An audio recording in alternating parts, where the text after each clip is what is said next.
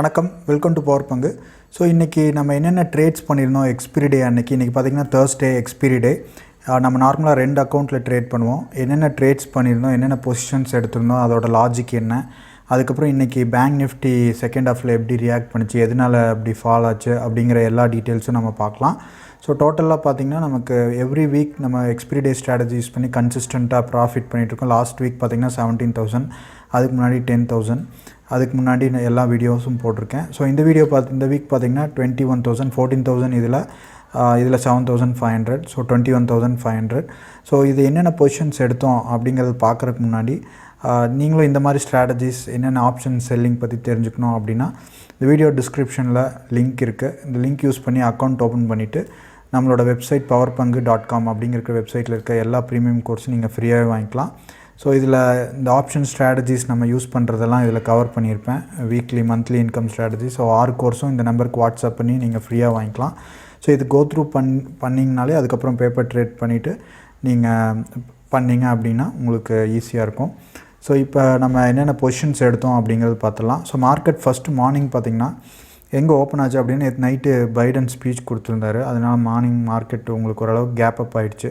32,500லேருந்து 32,600 இதாகிட்டு 700. So இந்த இடத்துல பார்த்திங்கன்னா ஸ்ட்ராங் ஓஐ பில்டப் ஆகிருந்தது.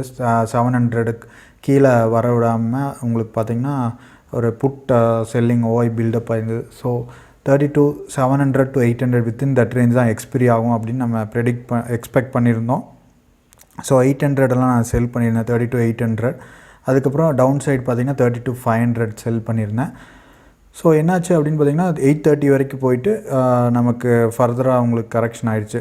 நார்மலாக ஒரு 200 பாயிண்ட் ரொம்ப க்ளோஸ்லாம் செல் பண்ணியிருந்த ப்ரீமியம் பார்த்திங்கன்னா ரொம்ப கம்மியாக இருந்தது அப்படின்னு சொல்லிட்டு. ஸோ பொசிஷன்ஸ் பார்த்துலாம். ஸோ இதில் ரெண்டுலேயும் இதே தான் உங்களுக்கு பண்ணியிருப்பேன். இதில் எக்ஸ்ட்ரா ஒரு 2 ஆட் பண்ணியிருப்பேன் உங்களுக்கு ஆலிஸ் ப்ளூவில். ஸோ 32,800 இங்கே எடுத்திருக்கேன். இதுலேயும் பார்த்திங்கன்னா 32,800. இதில் தான் மேக்ஸிமம் ப்ராஃபிட்டு. ஏன்னா உங்களுக்கு நார்மலாக பார்த்திங்கன்னா எப்போவுமே உங்களுக்கு பாசிட்டிவ் சைடில் ஒரு சைடு இறங்குறது அதாவது ஸ்டாக் வந்துட்டு ஏறும்போது நமக்கு ஸ்டெப்ஸில் ஏறும், இறங்கும்போது லிஃப்ட்டில் இறங்கும். ஸோ அதுதான் இங்கேயும் பார்த்திங்கன்னா நடந்திருக்கு. பேங்க் நிஃப்டியோட சார்ட் பார்த்தோம்னா நமக்கு தெரியும். ஸோ செகண்ட் ஹாஃபில் பார்த்திங்கன்னா அரௌண்ட் 2:30க்கு அப்புறம் சென்செக்ஸ் நமக்கு ஆல் டைம் ஹை டச் பண்ணோன்னா 50,000 சென்செக்ஸ் டச் பண்ணிடுச்சு. சென்செக்ஸோட இது பார்த்திங்கன்னா தெரியும் 49. நம்ம 50,000 இங்கே டச் பண்ணிடுச்சு உங்களுக்கு இன்றைக்கி. ஸோ 50,000 டச் பண்ணோன்னா உங்களுக்கு ஃபர்தராக அதுக்கப்புறம் ஆல் டைம் ஹைங்கிறதுனால ஒரு கரெக்ஷன் நடந்திருக்கு. அதுக்கப்புறம் சீரம் இன்ஸ்டியூட்டில் ஏதோ எமர்ஜென்சி ஃபயர் ஆக்சிடெண்ட் அப்படிங்கிறதுனால 2-3 நியூஸ்னால தான் உங்களுக்கு மார்க்கெட்டுக்கு மெயினாக பார்த்திங்கன்னா இந்த கரெக்ஷன் ரொம்ப நாளாக மார்க்கெட் பீக்லேயே இருக்குல்ல, அதனால ப்ரீமியமும் எல்லாம் லோவாக இருந்தது. ஸோ இந்த 2 ரீசன் பார்த்திங்கன்னா நமக்கு இந்த மார்க்கெட் வந்துட்டு செகண்ட் ஹாஃபில் உங்களுக்கு ட்ராக் பண்ணிடுச்சு கீழே 215க்கு அப்புறம்.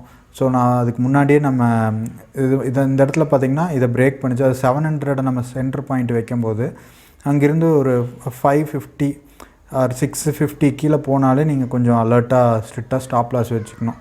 ஸோ வரும்ன்ட்டு இருந்தால் அதுக்கப்புறம் இந்த மாதிரி உங்களுக்கு இறங்கும்.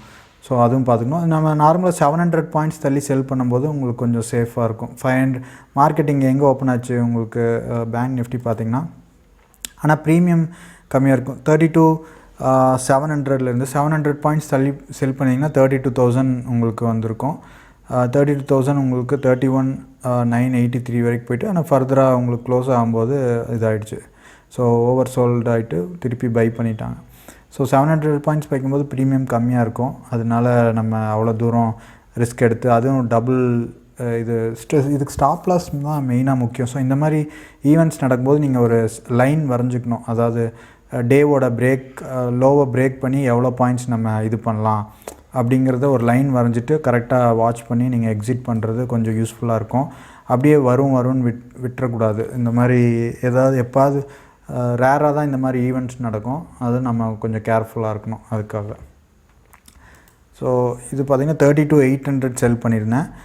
அந்த சைடு பார்த்திங்கன்னா 32,500 ஆர் 400 ரெண்டுமே பண்ணியிருந்தேன். உங்களுக்கு 500ல் 2,300. இதோட ப்ரைஸ் தான் உங்களுக்கு 312 ரூபா வரைக்கும் போயிடுச்சு. 32,500 இது பாருங்கள். ஸோ கிட்டத்தட்ட 1 ரூபி இருந்தது.